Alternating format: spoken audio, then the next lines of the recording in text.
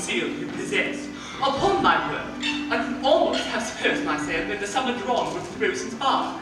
Oh, I see. If you believe that I meant any slight upon your most comfortable arrangements, then I should be mortified. Mortified. Rosings Park is the great home of my noble patroness, Lady Catherine de Bourgh. Oh, Lady Catherine de Bourgh. Indeed, to merely convey a sense of splendor of Rosings Park, the chimney piece alone cost £800. £800. Think of that, Charlotte. My daughter's fond of a good blaze. Miss Lucas? Mr. Collins. Would you care to make up our table for whist, Mr. Collins? I confess the scant knowledge of the game, sir, but should be glad to improve myself.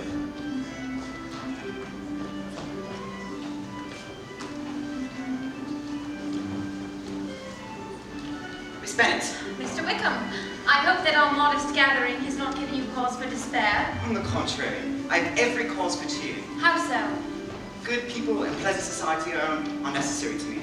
I was not intended for military life.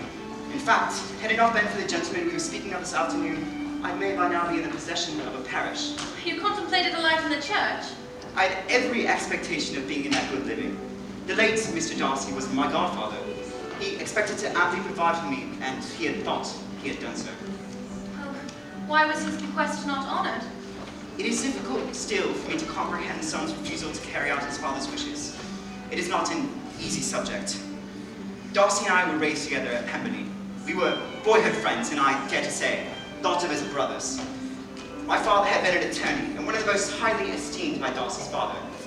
He gave up practice and devoted his life to serving the Darcy family. But when he passed away, Darcy's father looked after me as though I were his own son. But later, when that good man passed on, I was left without bequest or legal redress. How is that possible? There was such informality in terms of the will that it just left me no hope from the law. And for reasons he has chosen to keep private, Darcy chose to look upon his father's wishes as a mere recommendation. But what could have been his motive? Jealousy? Had the late Mr. Darcy liked me less, the son may have borne me better.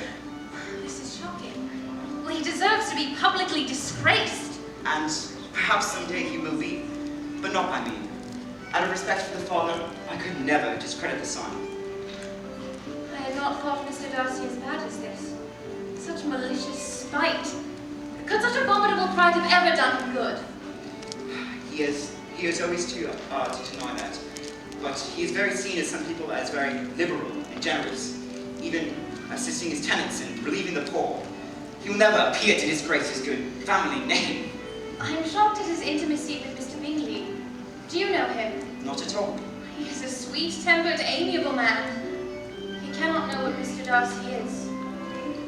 Miss Bennet, I have tyrannized your entire evening with the drama of my personal misfortunes.